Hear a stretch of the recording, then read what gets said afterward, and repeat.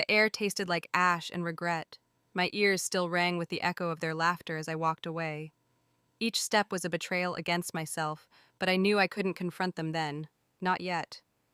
They thought they had cornered me, that their little game had broken me. They were wrong, dead wrong, because the day they decided to make me the target was the day they signed their own destruction warrant. If you've ever felt betrayed by the very people who should have protected you, your own family, subscribe now to join a community that understands, supports, and seeks justice together. My name is Mila, and up until a few weeks ago, my life was a carefully constructed illusion of normalcy. I existed in the shadow of my charismatic, golden child brother, Ethan. He could do no wrong in my parents' eyes. I, on the other hand, was the quiet, invisible daughter, the one who blended into the background at family gatherings, the one whose accomplishments were met with polite nods and thinly veiled disappointment. Our family, the Powells, were known for their wealth, their influence, and their impeccable social standing, a facade built on secrets and lies, as I was soon to discover. The engagement dinner was supposed to be a celebration of Ethan's impending nuptials to a stunning blonde named Serafina. Serafina, with her dazzling smile and an aura of old money, seemed like the perfect addition to the Powell dynasty. My parents were ecstatic. They envisioned a future filled with grandchildren, social climbing, and even greater wealth. I, however, saw something else. Something darker, colder, and far more dangerous lurking beneath Serafina's perfect surface. It started with the Birkin, a truly awful fake, so obvious it was insulting, clutched in her hand as she air-kissed my mother. It wasn't about the bad craftsmanship of the bag. It was about the bold-faced audacity. The way she held it, like she was daring someone to question its authenticity. Then there were the whispers. Snippets of conversations I overheard while refilling my wine glass. Hushed tones about offshore accounts, coded language about deliveries, and veiled threats masked as pleasantries. The entire evening felt staged, a carefully orchestrated performance designed to impress and intimidate. My parents lapped it up like expensive champagne. Ethan, blinded by infatuation, seemed oblivious. I, however, saw the cracks in the facade widening with each passing minute. The breaking point came later that night, after the champagne had flowed freely and the polite chatter had devolved into drunken boasts. My grandmother, a woman of sharp wit and even sharper eyes, had always been my confidant, my ally in a family that often overlooked me. She had a collection of priceless jewelry, heirlooms passed down through generations, locked away in a vault only she and I knew the code to, a vault that should have been impenetrable. During a lull in the conversation, I noticed something glinting on Serafina's wrist, a familiar flash of diamonds and platinum. It was my grandmother's Cartier bracelet, the one she had worn every day for as long as I could remember. The bracelet had vanished months ago, dismissed as a simple misplacement. Now here it was, adorning the wrist of my brother's fiancée, a blatant symbol of theft and betrayal. That's when the simmering rage inside me began to boil. The years of being overlooked, undervalued, and dismissed coalesced into a burning desire for justice. I knew in that moment that this wasn't just about a stolen bracelet or a sham engagement. This was about a much larger conspiracy, one that threatened to destroy everything my family had built, or at least thought they had built. I watched my parents fawn over Serafina, oblivious to the darkness that clung to her like an expensive perfume. I saw Ethan's blind adoration, his willingness to sacrifice everything for a woman he barely knew. And I knew with a chilling certainty that I was the only one who could stop it. The wine they mocked me for, a supposedly cheap bottle I'd brought as a gag gift, was actually a rare vintage worth thousands. A small act of rebellion they were too drunk and self-absorbed to notice. It was a metaphor for my entire existence within that family, underestimated, overlooked, and secretly holding more value than they could ever comprehend. The person I trusted most was one of them. The next morning, I tried to talk to Ethan. I found him in the garden, gazing adoringly at Serafina as she pruned the roses with an almost predatory grace. I pulled him aside, trying to choose my words carefully, knowing how easily he dismissed my concerns. "Ethan, I have some reservations about Serafina," I began, my voice trembling slightly. "I just think we need to be cautious." He laughed, a dismissive sound that made my stomach clench. Mila, you're being ridiculous. His words stung, but I pressed on, desperate to break through his infatuation. It's not about jealousy, Ethan. It's about protecting the family. I saw her wearing Grandma's bracelet last night. His expression hardened. That's absurd. Serafina would never steal anything. He refused to listen, his eyes filled with a mixture of anger and disappointment. He accused me of being paranoid, of always trying to stir up trouble. He told me to apologize to Serafina and to stop interfering in his life. As I walked away, defeated, I felt a wave of despair wash over me. I had tried to warn him, to protect him, but he had chosen to believe the illusion instead of the truth. That night, sleep evaded me.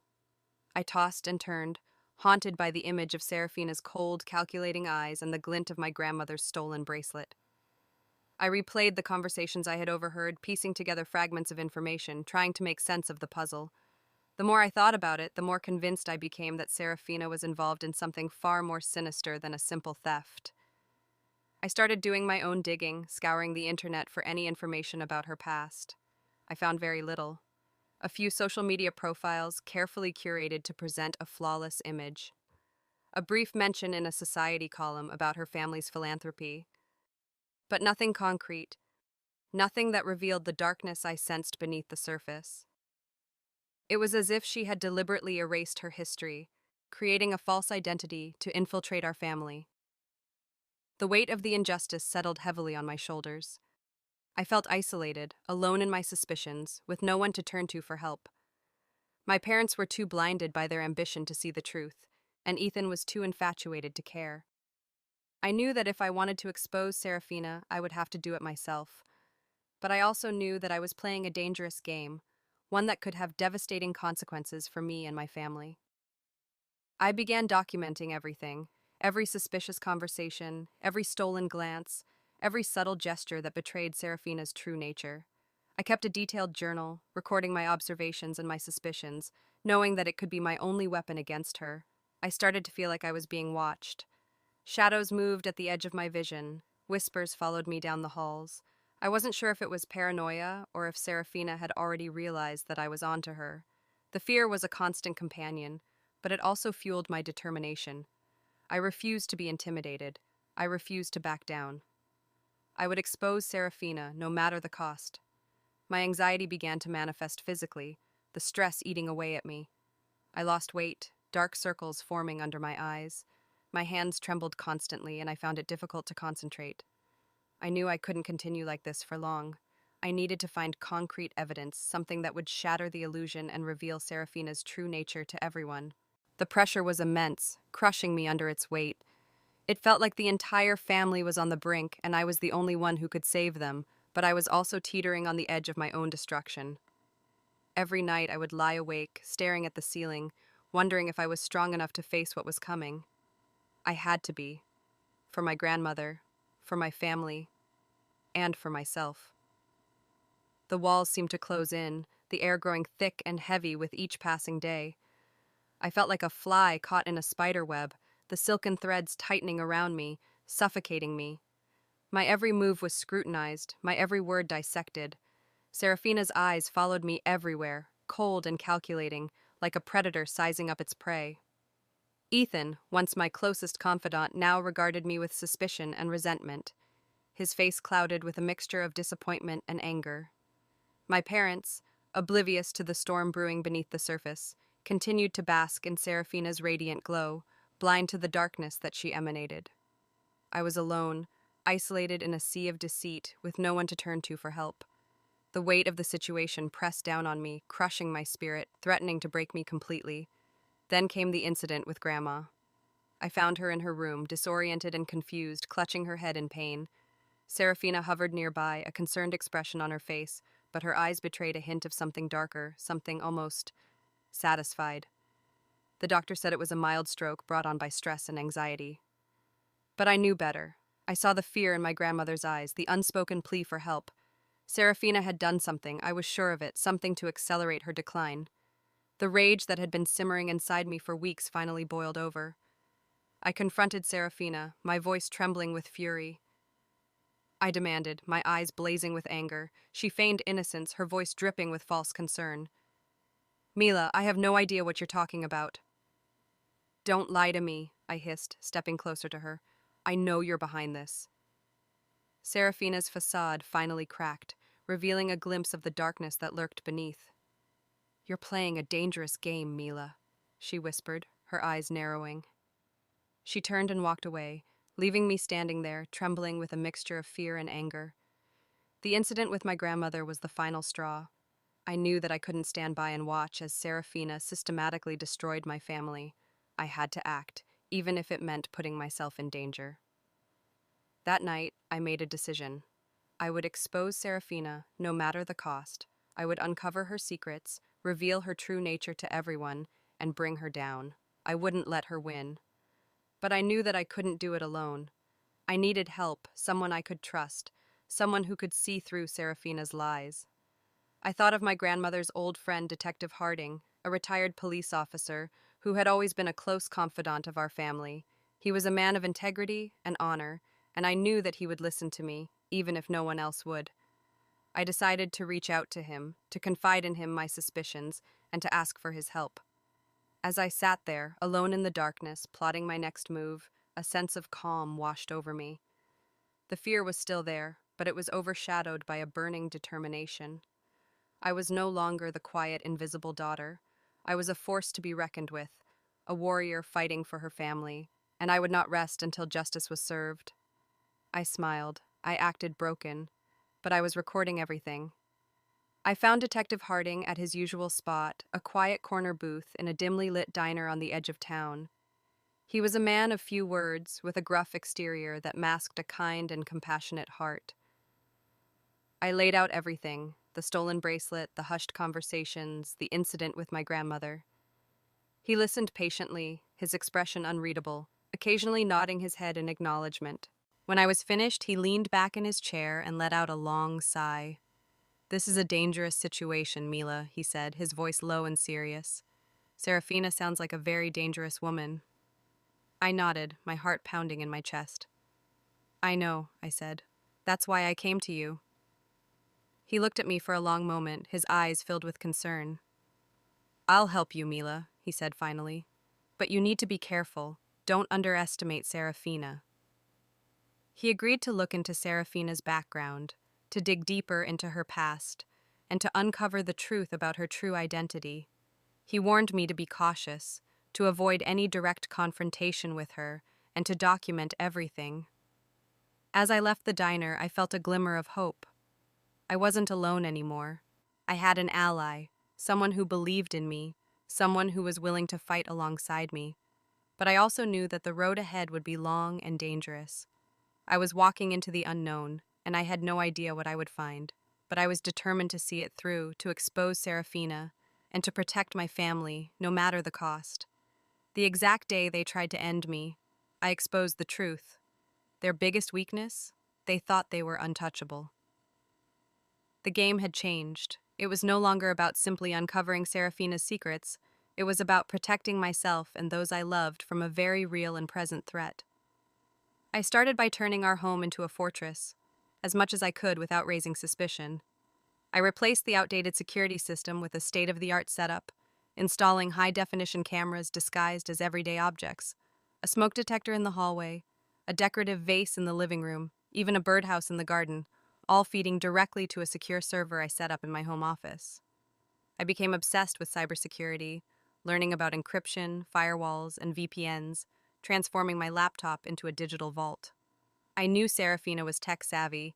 She'd have to be for whatever scheme she was cooking up, so I needed to be one step ahead, making sure she couldn't access my files, my emails, or my recordings. Detective Harding suggested I consult with a forensic accountant he knew, a woman named Sarah Chen, who specialized in uncovering financial crimes.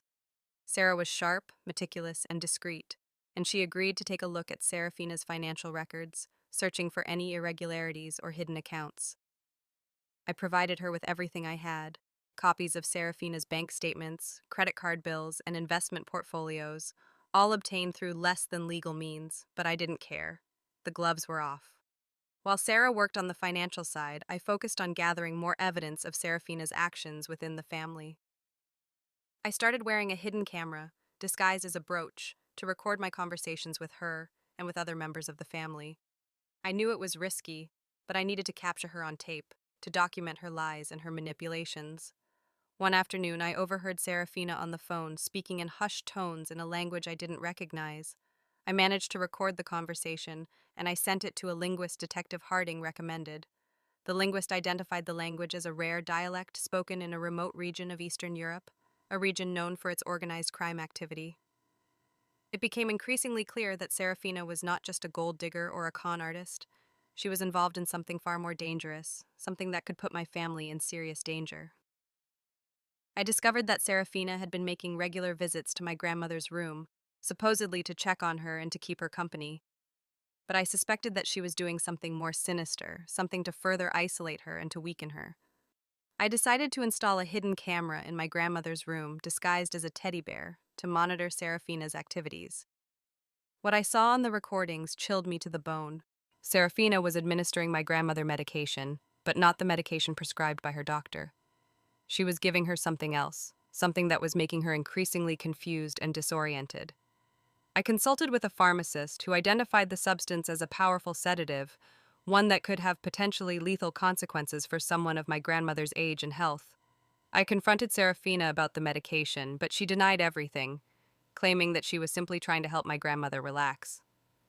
I knew she was lying, but I couldn't prove it. I felt like I was running out of time. Serafina was closing in, tightening her grip on my family, and I needed to act fast before it was too late. Detective Harding warned me that Serafina might be planning something drastic, something that could put my life in danger.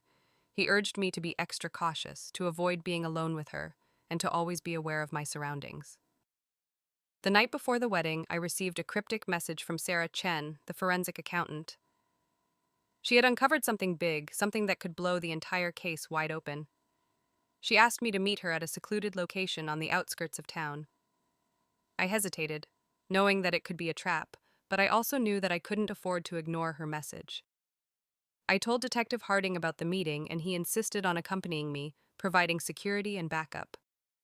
We drove to the location, a deserted warehouse on the edge of the docks. As we approached the warehouse, I noticed a black SUV parked nearby, its windows tinted, its engine running. I felt a surge of adrenaline, my heart pounding in my chest. This was it. We were walking into a trap. Detective Harding instructed me to stay in the car while he went to investigate. He approached the warehouse cautiously, his hand resting on his weapon. Suddenly, the doors of the warehouse burst open and a group of men emerged, their faces hidden behind masks. They opened fire and Detective Harding was hit. I watched in horror as he fell to the ground, crimson blooming on his chest. I slammed the car into reverse, narrowly avoiding the barrage of bullets.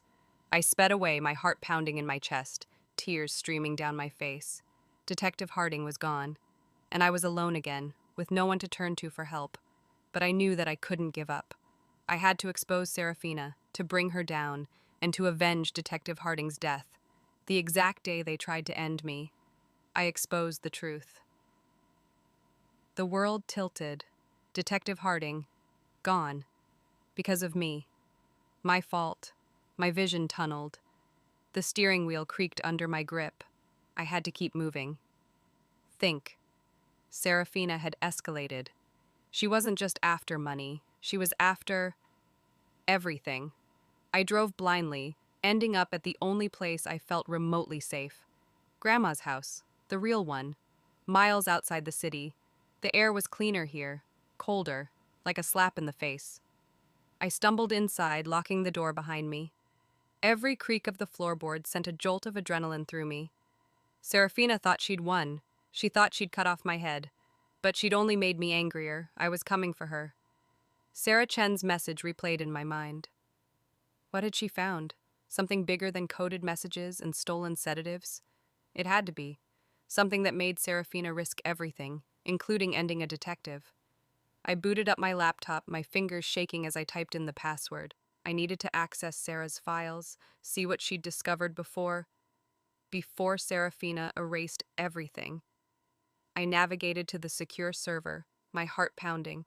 The files were encrypted, of course, but Sarah had sent me the decryption key in a separate message. I entered the key and the files began to download.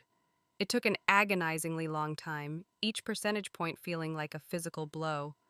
Finally, the download was complete. My breath hitched. Nightingale. That was Seraphina's code name. Seraphina wasn't just working for them, she was one of them. She'd been sent here years ago, planted in my family to gain access to our wealth, our connections, our influence. And my grandmother knew. That's why Seraphina was poisoning her, silencing her before she could expose the truth. But the most shocking revelation was yet to come. Buried deep within the report was a single photograph. A photograph of Seraphina, years younger, standing next to a man with cold, dead eyes. The man was identified as Viktor Volkov, the leader of the Serpent's Hand. But that wasn't the shocking part. The shocking part was the inscription on the back of the photograph. To my beloved daughter, Seraphina. Daughter? Seraphina was Viktor Volkov's daughter? It all clicked into place. The ruthlessness, the ambition, the complete lack of empathy. It was in her genes. Their biggest weakness? They thought they were untouchable. Rage, cold and pure, surged through me. They had taken everything, my family, my trust, my friend. Now I was taking it all back. I closed the laptop, my mind racing. I had the evidence, I had the proof. But how could I expose Seraphina without putting my family in even greater danger?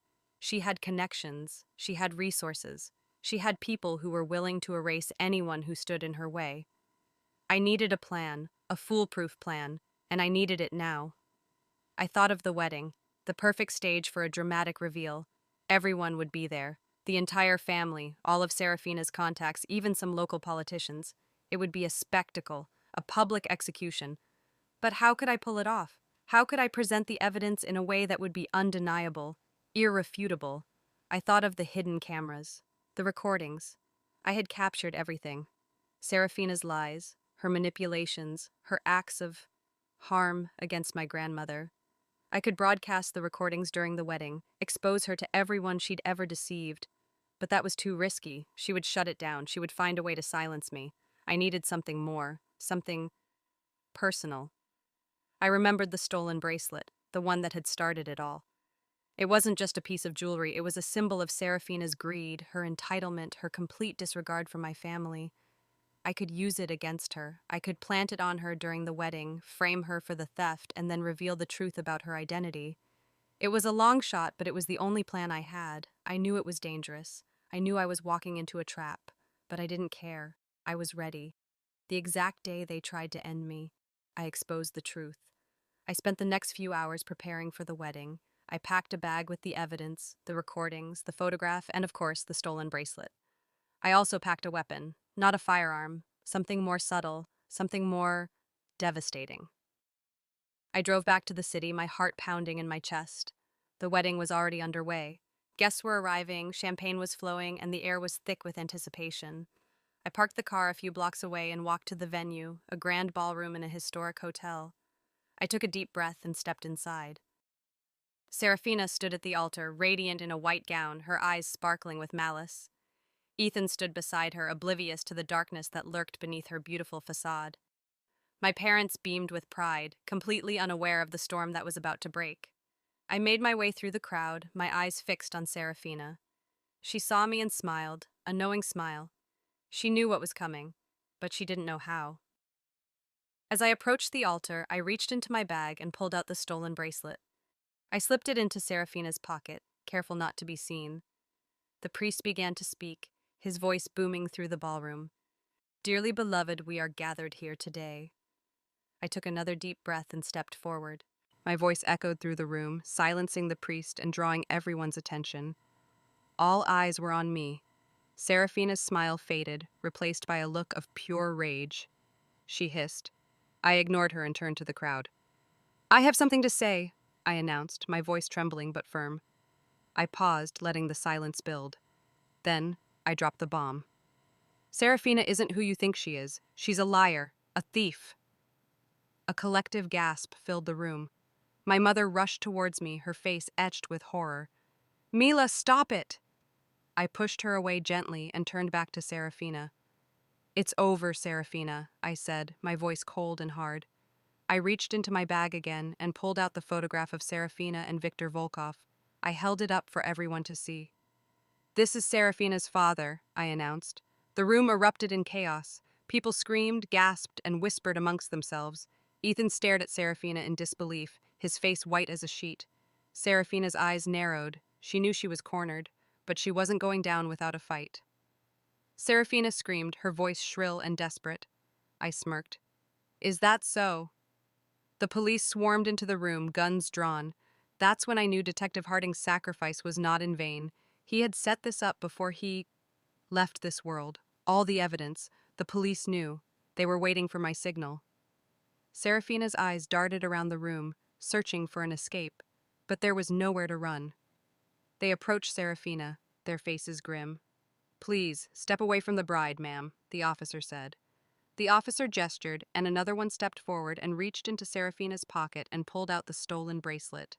He held it up for everyone to see. "This was found in the suspect's possession," he announced. A collective gasp filled the room. My mother fainted. Ethan stared at Serafina with a mixture of horror and disbelief. Serafina's face contorted with rage. She screamed at me. "No, Serafina," I said, my voice cold and hard. Serafina lunged at me, her eyes filled with fury. But before she could reach me, the police officers grabbed her and wrestled her to the ground. She screamed and thrashed, but it was no use. She was finally defeated. As they dragged her away, she looked at me one last time, her eyes filled with hatred. She shrieked. I just smiled. It was over. But as they dragged Serafina away, the lights went out. The lights went out. Panic seized the ballroom. Screams echoed in the darkness. I knew this wasn't a coincidence. Serafina had planned for this. A backup. A way out. Emergency lights flickered on, casting long, distorted shadows across the room. The police officers struggled to maintain control, their flashlights cutting through the gloom. I scanned the crowd, searching for Serafina, but she was gone, vanished into thin air. My heart pounded in my chest. She couldn't escape, not after everything. I spotted a side door, slightly ajar. I knew she'd gone that way. I pushed through the panicking guests, ignoring their cries of confusion and fear. I burst through the door and into a dimly lit hallway. I could hear the sound of running footsteps in the distance. I gave chase, my adrenaline pumping. The hallway led to a back exit, and I emerged into a dark alleyway. I saw Serafina climbing into a waiting car, its engine roaring. I sprinted towards the car, desperate to stop her. But it was too late. The car sped away, tires screeching, leaving me standing alone in the darkness. I wouldn't let her get away. I ran back inside, found the nearest officer, and yelled, "She's getting away!" The officer, finally regaining his composure, barked orders into his radio. Sirens wailed in the distance. I knew they would catch her, but I needed to be there. I needed to see it. I commandeered a police car, ignoring the officer's protests. "I'm going with you," I said, my voice leaving no room for argument. The high-speed chase was a blur of flashing lights and deafening sirens. We tore through the city streets, weaving in and out of traffic, the police car hot on Serafina's tail. I gripped the dashboard, my knuckles white, my eyes glued to the road ahead. Finally, after what seemed like an eternity, we cornered her. The black sedan crashed into a barricade, its tires smoking, its engines sputtering. The police officers surrounded the car, their weapons drawn. Serafina emerged from the car, her face contorted with rage, her eyes blazing with defiance. She screamed, her voice echoing through the night. "I'll get you for this, Mila!" They dragged her away, kicking and screaming, her expensive gown torn, her perfect facade shattered. As I watched her being led away in handcuffs, a wave of exhaustion washed over me. It was finally over. The Serpent's Hand. Project Nightingale. Viktor Volkov. It was all over.